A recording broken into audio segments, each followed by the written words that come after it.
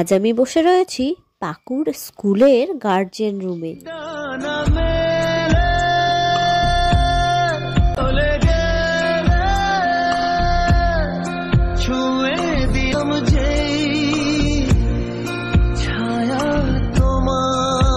আমরা 4 জন গার্জেন বসে রয়েছি। এইখানটা পুরো ভরা থাকে, কিন্তু আজকে সবাই বাজারে চলে গেছে। আর এইখানটাতে বসলে এই যে সামনে দিয়ে কি যায় না যায়, কোন লোকজন যায়, সবটা দেখা যায়। তাই জন্য এখানেই বসে। দিকে এক সবজি কাকা চলে এসেছে, তাই সবজি দেখছি। অদিতি এখান থেকে কিছু সবজি নিল। আমরা কি করি জানো তো, বাড়ি থেকে কোনো রকম কোনো সবজি কিনি না। এখান থেকেই বেশ কম দামের মধ্যে ভালো ভালো সবজি পাওয়া যায়। আর অনেক সবজি কাকা যায় এই স্কুলের সামনে থেকে। আমরা পরের দিন কি রান্না হবে সেই ভেবেই সবজি নিয়ে নিই।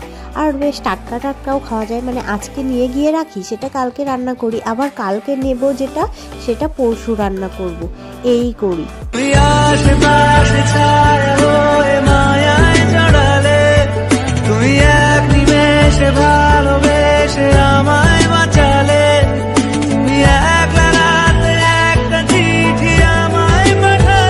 আজ যেহেতু স্কুলের গার্জেন রুমে তেমন কেউই ছিল না, ওই আমরা কয়েকজনই ছিলাম, তাই কিছু রিলস, কিছু স্লো মোশন ভিডিও এই সমস্তই করছিলাম আর কি।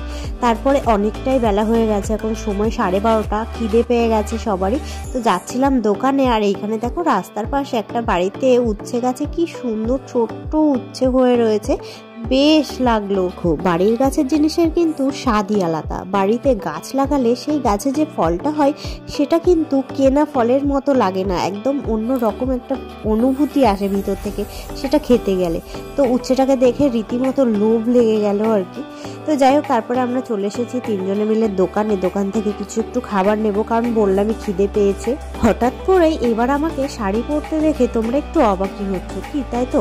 আসলে কি বলো তো, আজকে হচ্ছে দ্বাদশী। আর কার্তিক মাসের এই যে একাদশীটা, উত্থান একাদশী, এটা ভীষণ একটা বড় একাদশী। তারই দ্বাদশী আজ। আর আজকে ছিল আমাদের নিমন্ত্রণ পাশেই একটা বাড়িতে।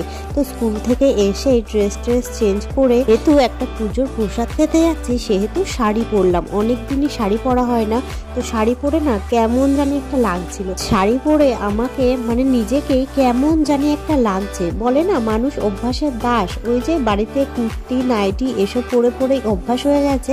এখন শাড়ি পরেছি, শাড়িটা যেন ঠিকঠাক সামলাতেই পারছি না, মানে একটা অস্বস্তিকর ব্যাপার একটা লাগছে। তো যাই হোক, চলো, আমি আলোলিকা আর ছেলে 3 জনে মিলে বেরিয়ে পড়েছি প্রসাদ খেতে যাওয়ার জন্য। আলোলিকা আমার সাথেই যাবে বলে আমার জন্য অপেক্ষা করছিল, আমি কখন স্কুল থেকে আসবো আর কখন যাব প্রসাদ খেতে। আমরা এখন যাই প্রসাদ খেতে। আর ঝটপট করে তোমরা ভিডিওটাতে লাইক কমেন্ট করো।